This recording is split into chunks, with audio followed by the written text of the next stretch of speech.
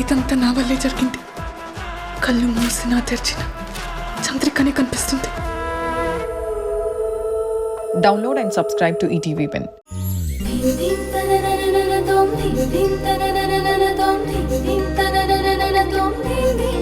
ఆఫీస్కి వెళ్ళాక తెలిసిన విషయం ఏంటంటే నన్ను ఆఫీస్ నుంచి పంపించేయమని ధ్రువ సార్ రాజీవ్ సార్ని అడిగారు.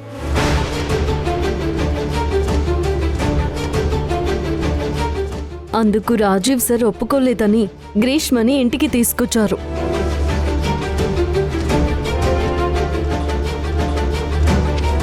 తనని తీసుకొనొచ్చింది ప్రేమతో కాదని నాకు మొదటి నుంచి అనుమానమే. విషయం ఇదన్నమాట. గ్రీష్మని తిరిగి ఇంటికి పంపిస్తానని రాజీవ్ సార్కి మాటిచ్చానమ్మా. అది ఎలా చేయాలో అర్థం కావడం లేదు. నిన్న నువ్వు ఇది నా ఇల్లు అని తీసుకున్న హక్కు, నా భర్త అని గ్రీష్మని బెదిరించిన తీరు అలాగే కొనసాగించు. కొన్ని రోజుల్లో తనే పారిపోతుంది. అదంతా సులువుగా జరిగదమ్మా. ఇప్పుడు నేను మంచిగా ఉన్నా ధ్రువ సార్ నన్ను నమ్మరు. మొండిగా ఉంటే ఆయనలో ఇంకా మొండితనం ఎక్కువైపోతుంది. ఆయన మొండితనం గురించి మీకు ఇంకా బాగా తెలుసు కదా. పంతానికి పోయి ఏం చేస్తారో, ఎక్కడి వరకు లాగుతారోనని భయంగా ఉంది. గ్రీష్మకి అన్యాయం జరగకూడదు. ఈ కుటుంబానికి నష్టం జరగకూడదు. ఎలా నందితమ్మా ఈ బాధ్యతని ఎలా నిర్వర్తించాలి? ఇది నువ్వనుకున్నంత కష్టం కాదు వసుంధరా. గ్రీష్మ ఇక్కడికి ధ్రువ తనని పెళ్లి చేసుకుంటాడన్న ఉద్దేశంతో వచ్చింది. కాని తన మనసులో ఇంకా నువ్వే ఉన్నావని తెలిస్తే తనే వెళ్ళిపోతుంది. ఆయన మనసులో నేను ఎక్కడున్నానమ్మా? ఉంటే ఇలా నాకు విడాకులు ఇచ్చే వరకు వెళ్ళుండేవారా? ఉన్నా ఆయన ఒప్పుకునే పరిస్థితుల్లో ఉన్నారా? సరే, రివర్స్ ప్లాన్ చేయి. రివర్స్ ప్లానా? అవును వసుంధరా, తిప్పి కొట్టడం. వాళ్ళేం చేశారో, ఏం చెయ్యాలనుకుంటున్నారో అది తిప్పికొట్టు. ఎలా కొట్టాలంటే ఆ దెబ్బకి వాళ్లకి ఊపిరాడకూడదు.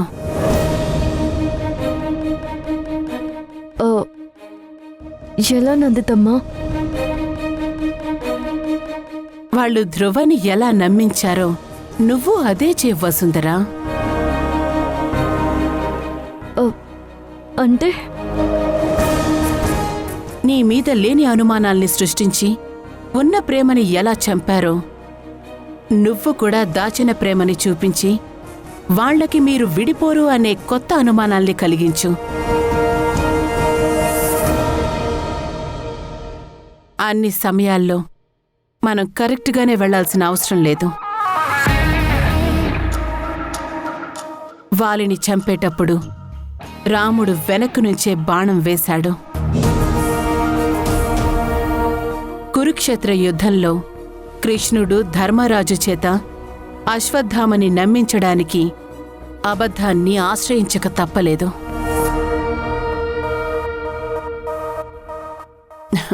ఇది కలియుగం. ఇక్కడ మన మంచితనాన్ని కూడా అమాయకత్వంగా తీసుకుంటారు వసుంధరా.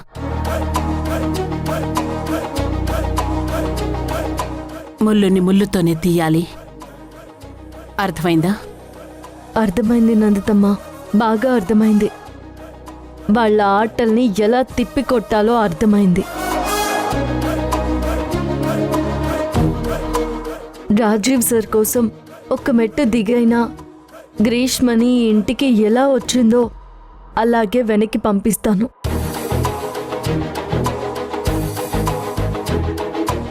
థ్యాంక్స్ నందితమ్మ.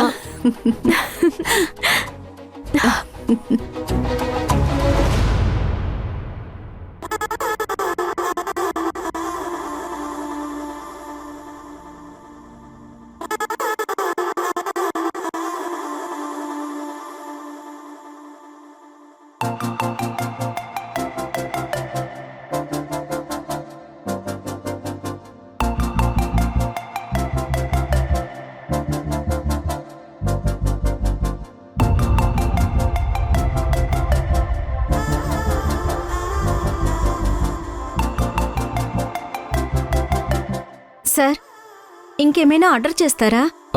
నోను no, I'm full. కడుపు నిండిపోయింది. ఒక హాఫ్ అన్ అవర్ తర్వాత బిల్ తీసుకురండి. We just want to spend some more time. Okay sir.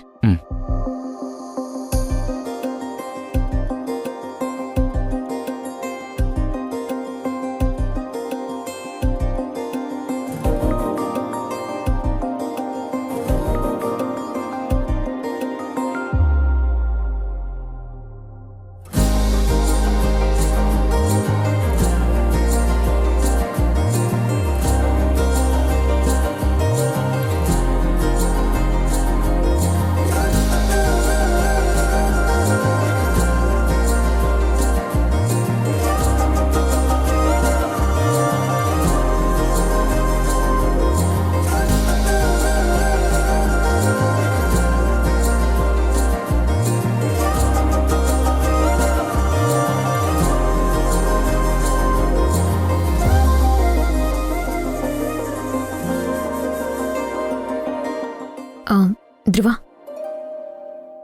ఇంకా బిల్ పే చేయడానికి పిలువు. తను చూసి చూసి పోయేటట్టుంది.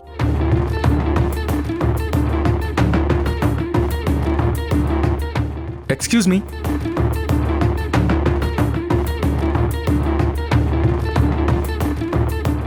చెప్పండి సార్. ఏంటి గోతికాడ నక్కలా కాపలా కాస్తున్నావు? బిల్ ఎక్కొట్టిపోయే వాళ్ళ కనిపిస్తున్నామా? అలా కాదు సార్. మరెలా? చాలే ధ్రువ, నువ్వు టేస్ట్ చేసింది. బిల్ పే చేయి.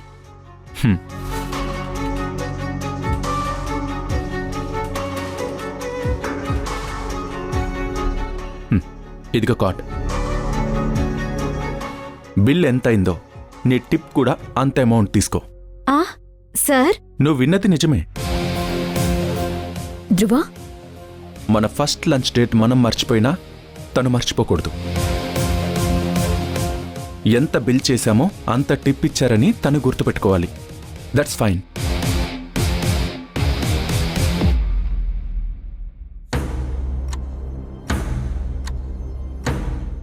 డిక్లైన్ అని వస్తుంది సార్. అవునా?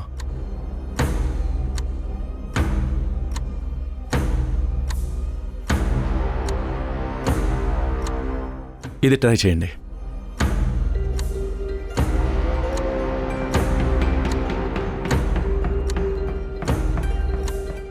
సారీ సార్, ఇది కూడా డిక్లైన్ అని వస్తుంది.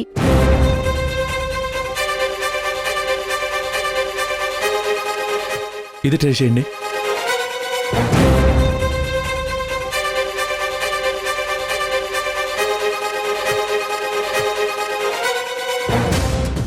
Sorry sir.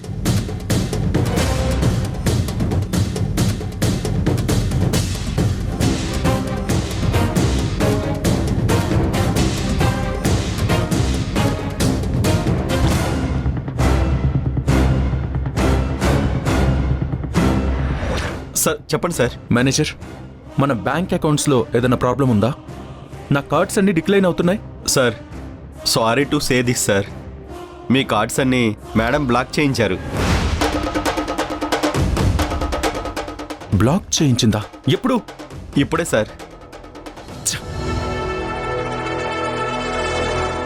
ఏమైంది ధ్రువ?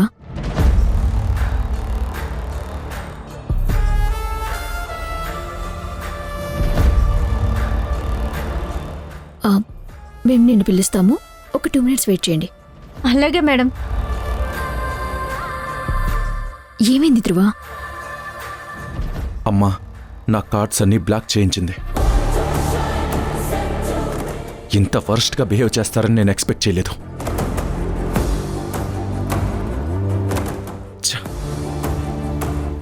సారీ గ్రీష్మ. ఇట్స్ ఓకే ధ్రువ, నా దగ్గర అమౌంట్ ఉంది, నేను బిల్ పే చేస్తాను. తర్వాత ఏం చేయాలో ఆలోచిద్దాం. ఎక్స్క్యూజ్ మీ మేడం,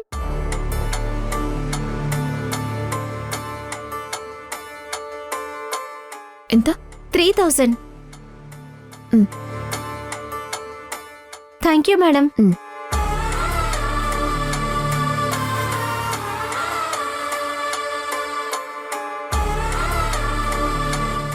సరే వెళ్దామా?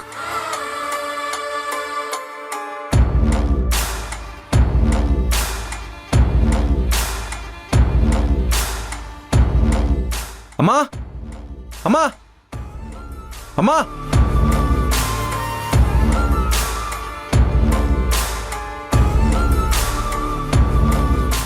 ఏంటమ్మా? ఏంటి నా కార్డ్స్ అన్ని బ్లాక్ చేయమని చెప్పావంట?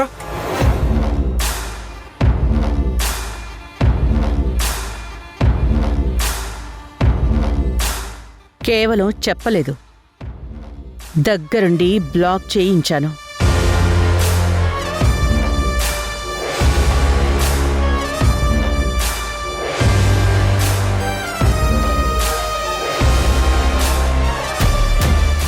అదే ఎందుకు?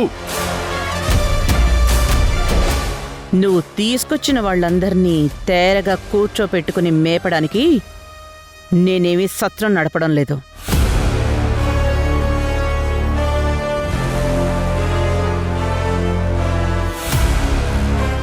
ప్రస్తుతానికి నువ్వు ఈ కంపెనీలో మేనేజర్వి. మంత్ ఎండ్కి శాలరీ వస్తుంది. దాంతో నువ్వు ఎలా మేనేజ్ చేసుకుంటావో చేసుకో.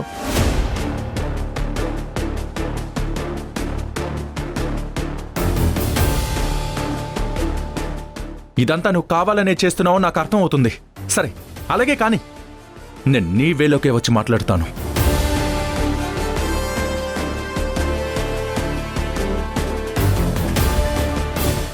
ఈ ఇంట్లో గ్రీష్మ ఉండకూడదు అంటే వసుంధర కూడా ఉండకూడదు.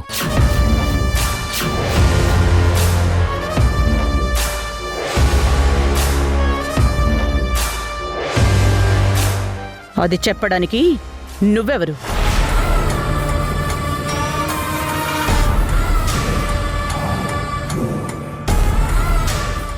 ఇది నా ఇల్లు.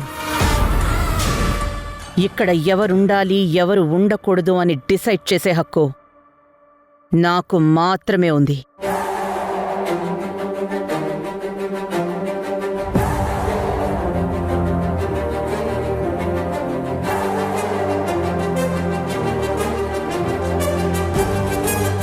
అయితే ఇక్కడ నాకు ఎలాంటి మర్యాద హక్కు లేనప్పుడు నాకిక్కడ ఉండాల్సిన అవసరం లేదు.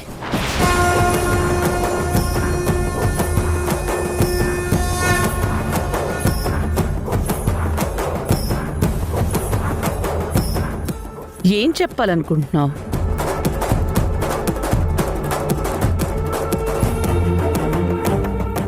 నా ఇంట్లో నేను పరాయి వాడిని అయిపోయి పరాయి వాళ్ళు సొంత వాళ్ళైతే ఇక నా నిర్ణయాలు నేను తీసుకోగలను.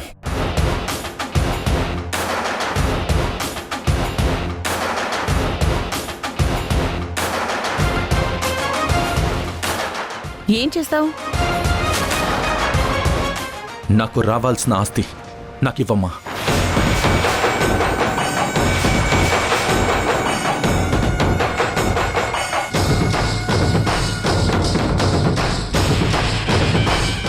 లేదంటే కోర్టు దాకా వెళ్తాను.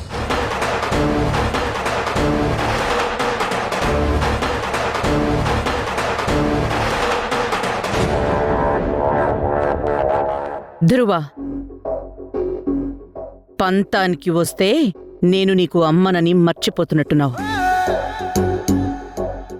నువ్వు అలా వెళ్తే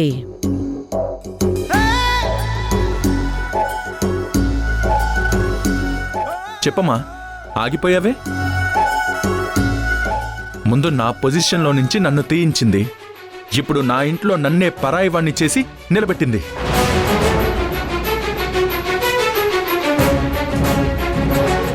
దాని నాటకాలకి మీ తాళం ఒకటి యాడ్ అయింది. నా షేర్ ఈ కంపెనీలో సగం. అది నాకు రాసిస్తే నేను వెళ్ళిపోతాను.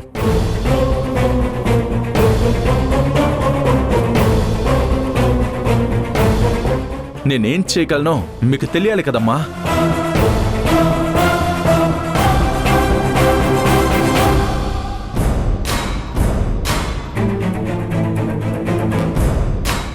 నువ్వు నన్ను బ్లాక్మెయిల్ చేయగలవేమో గాని నేను తలుచుకుంటే ఏం చేయగలనో చెప్తాను విను. నీ షేరా? ఇక్కడ నీ షేర్తో పాటు నా షేరు, నందిత షేర్ కూడా ఉన్నాయని మర్చిపోయినట్టున్నావు.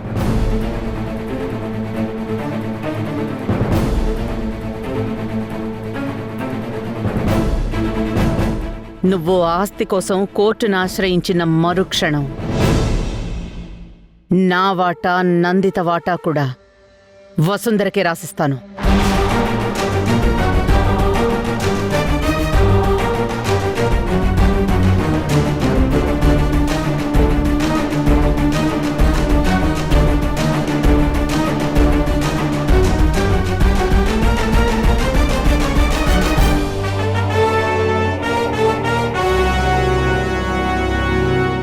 అలాగే లాయర్ని పిలిపించి నేనే దగ్గరుండి వసుంధర చేత విడాకులు అప్లై చేయిస్తాను.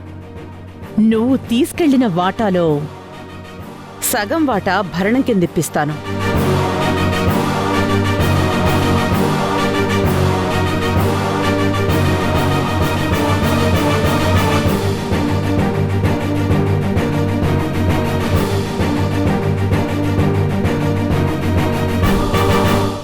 నువ్వు జీవితాంతం ఇక తన కాళ్ళ దగ్గరే పడుండాల్సి వస్తుంది.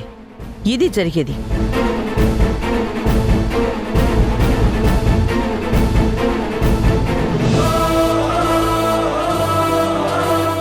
అంత స్టేజ్ వస్తే ఈ ఇంట్లో నుంచి వెళ్ళిపోతాను, కానీ దాని కాళ్ళ దగ్గర మాత్రం ఉంటానని ఎక్స్పెక్ట్ చేయకమ్మా.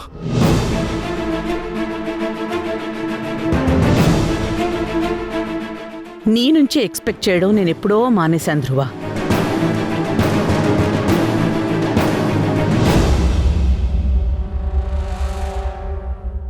ఇక నీకు 10 నిమిషాలు మాత్రమే టైం ఇస్తున్నాను.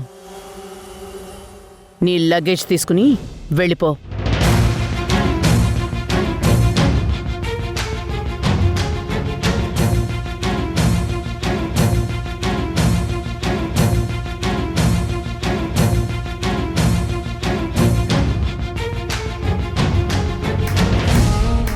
అమ్మా, తల్లి, నీ డ్రామాలు భలే వర్కౌట్ అయ్యాయి.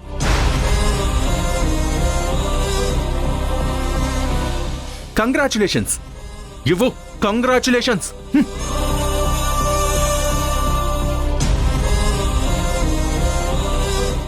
నీకు కొంచెమైనా మనస్సాక్షి ఉంటే నాలాగా వీళ్ళందరినీ రోడ్డు మీదకి లాక్కో.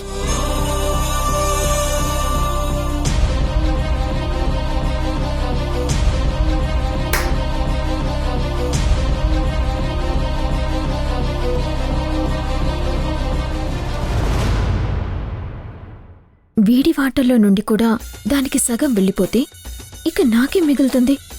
ఓ నాయనో, నేనొచ్చిన పర్పస్ ఏంటి? ఇక్కడ ఈ ధ్రువ చేస్తున్న పనులేంటి? అర్జెంటుగా ఇది ఆపకపోతే ఈ మల్లిక అనుకున్నదంతా చేసేసేలా ఉంది.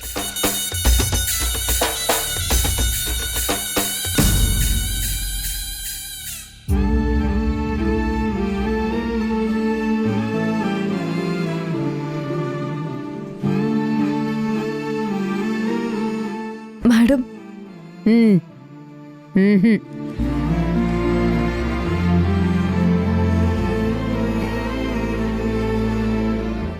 దాని కింద బతకాలంట. అది ధ్రువ ప్రాణాలతో ఉండగా జరగదు. ధ్రువ, అసలు నువ్వేం చేస్తున్నావో ఆలోచిస్తున్నావా?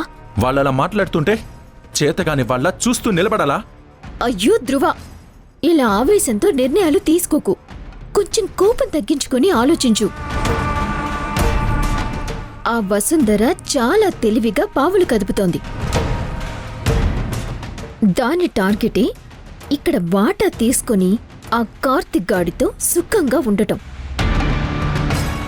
ఇప్పుడు దానికి అనుకోకుండానే బంపర్ లాటరీ తగిలింది. నిన్ను రోడ్డు మీదకి లాగి నవ్వుకుంటుంది. ఇప్పుడు నువ్వు ఆవేశపడ్డావంటే ఆంటీకి ఉన్న ఈగోకి రేపే తన పేరు మీద ఆస్తి మొత్తం ట్రాన్స్ఫర్ చేసినా ఆశ్చర్యపోకర్లేదు.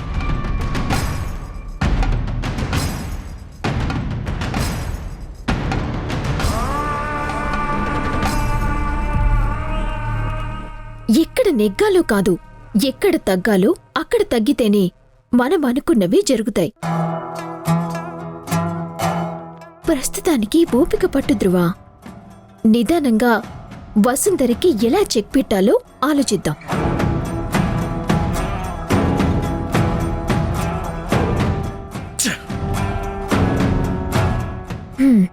ఇది తప్పితే తమరు పెద్దగా చేసేది కూడా ఏమీ లేదులే.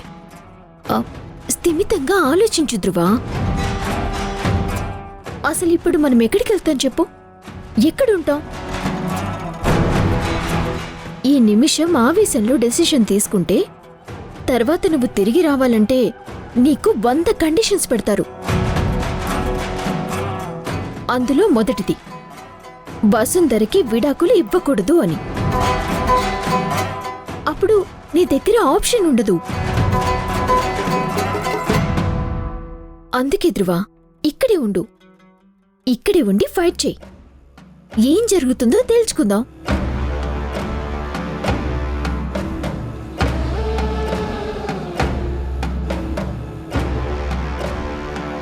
వసుంధర మన ఇంటికొచ్చినప్పుడు ఏం పనులు చేసింది? ఇల్లంతా ఊడ్చేది, తుడిచేది, బట్టలు ఉతికేది.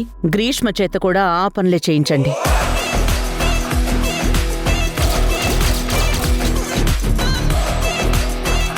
ఇవి కొంచెం ఐరన్ చేయవా?